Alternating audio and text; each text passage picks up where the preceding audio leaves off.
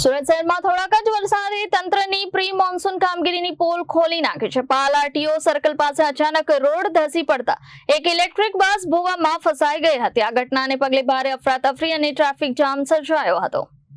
સુરત શહેરમાં પડેલા થોડાક જ વરસાદ બાદ પાલ આરટીઓ નજીક અચાનક રોડ ધસી પડતા મોટો ભૂવો સર્જાયો હતો। તે દરમિયાન ત્યાંથી પસાર થઈ રહેલી ઇલેક્ટ્રિક બસનો આગળનો ભાગ ભૂવામાં ઉતરી જતા બસ કાદવ અને માટીમાં ફસાઈ ગઈ હતી। આ ઘટનાને પગલે આસપાસના વિસ્તારમાં અફરાતફરીનો માહોલ સર્જાયો હતો અને વાહનોની લાંબી કતારો લાગતા ભારે ટ્રાફિક જામ સર્જાયો હતો। સ્થાનિક લોકો અને પોલીસ તાત્કાલિક સ્થળ પર પહોંચી પરિસ્થિતિને કાબૂમાં લેવા માટે કામગીરી હાથ ધરી હતી। સદનસીબે બસમાં સવાર મુસાફરો તેમજ અન્ય કોઈ વ્યક્તિને જાનહાનિ કે ગંભીર ઈજા પહોંચી ન હતી। જોકે વરસાદની માત્ર શરૂઆતમાં જ રોડ ધસી પડવાની ઘટના સામે આવતા સુરત મહાનગરપાલિકાની પ્રી મોન્સૂન કામગીરી સામે અનેક સવાલો ઉભા થયા છે।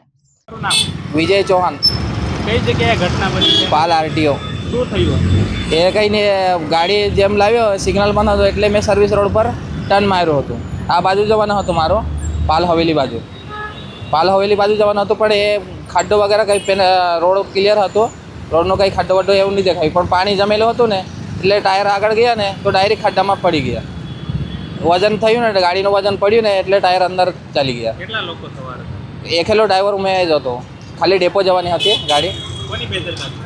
એ સમસીવાલાને કામ કર્યું હોય પણ એ છે ને કંઈ પેનલ વગેરે કંઈ મૂકેલું નહીં હતું એટલે આપણે ટર્ન મારી દીધું મેં। Bureau report Janadesh news Surat.